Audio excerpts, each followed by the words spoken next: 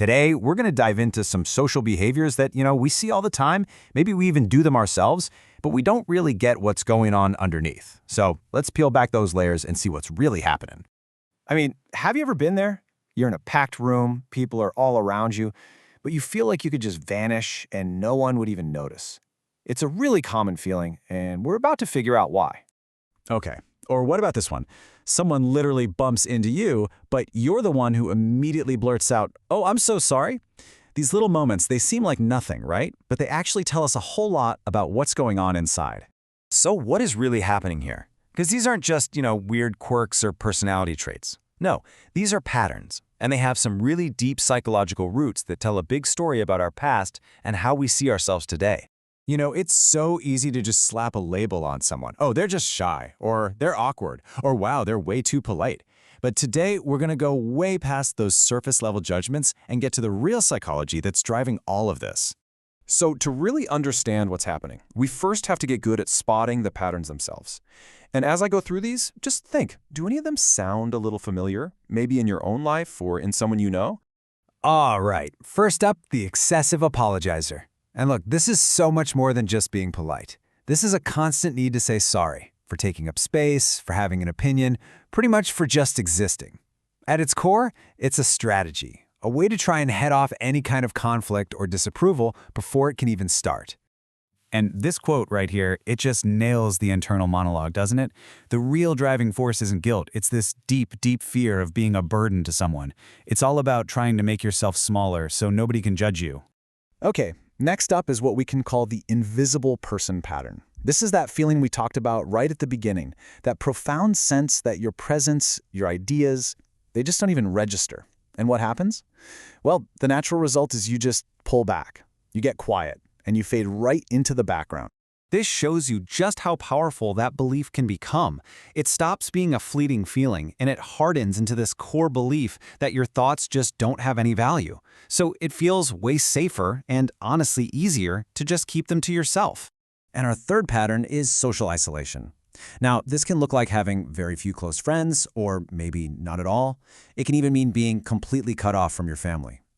And so often, this comes from this gut-wrenching belief that there's something just fundamentally wrong with you, that you're either too much for people or, on the flip side, just not enough to be worth connecting with. Okay, so we've got these three patterns that seem pretty separate, right? The constant apologizer, the invisible person, and the socially isolated. But here's the thing. They are not separate at all. In fact, they're all connected by one single, really powerful thread. And that common thread is low self-worth. Now, this isn't just about having a bad day or feeling a little down on yourself. No, this is a deep core belief. The idea that you are fundamentally flawed, that you're less valuable, and that you're just not as deserving of love and respect as everybody else. It becomes the very lens that you see the entire world through. So where does something like this even come from? Well, it often starts way back in our early experiences. Think constant criticism, or maybe feeling unseen or unheard as a kid. Over time, we take those outside messages and we internalize them. They become a core belief about who we are. So the behaviors we're talking about, they're actually protective strategies. They're what our younger selves came up with to cope and feel safe.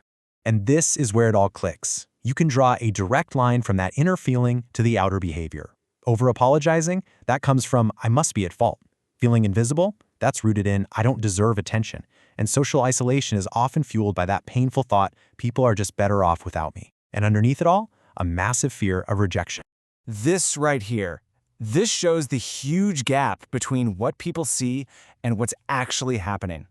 What looks like someone being quiet and aloof on the outside is, on the inside, someone who's convinced they're a terrible burden. Someone who seems distant might actually be incredibly lonely, but just terrified to connect. This is where empathy really begins. So now that we have this new perspective, let's try to reframe how we look at all of this. How does this new understanding really change the way we see ourselves, and maybe other people too? If there's one thing you take away from this, let it be this. These behaviors are not character flaws. They are not weaknesses. They are signals. They're survival skills, actually pretty brilliant ones, that a younger version of you developed to get through a world that felt unsafe or like you didn't matter.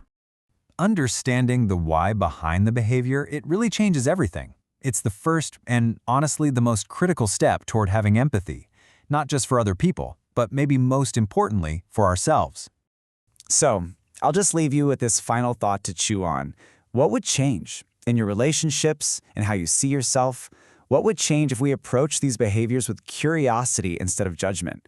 What if we saw them not as something broken that needs to be fixed, but as a story that's quietly asking to finally be heard?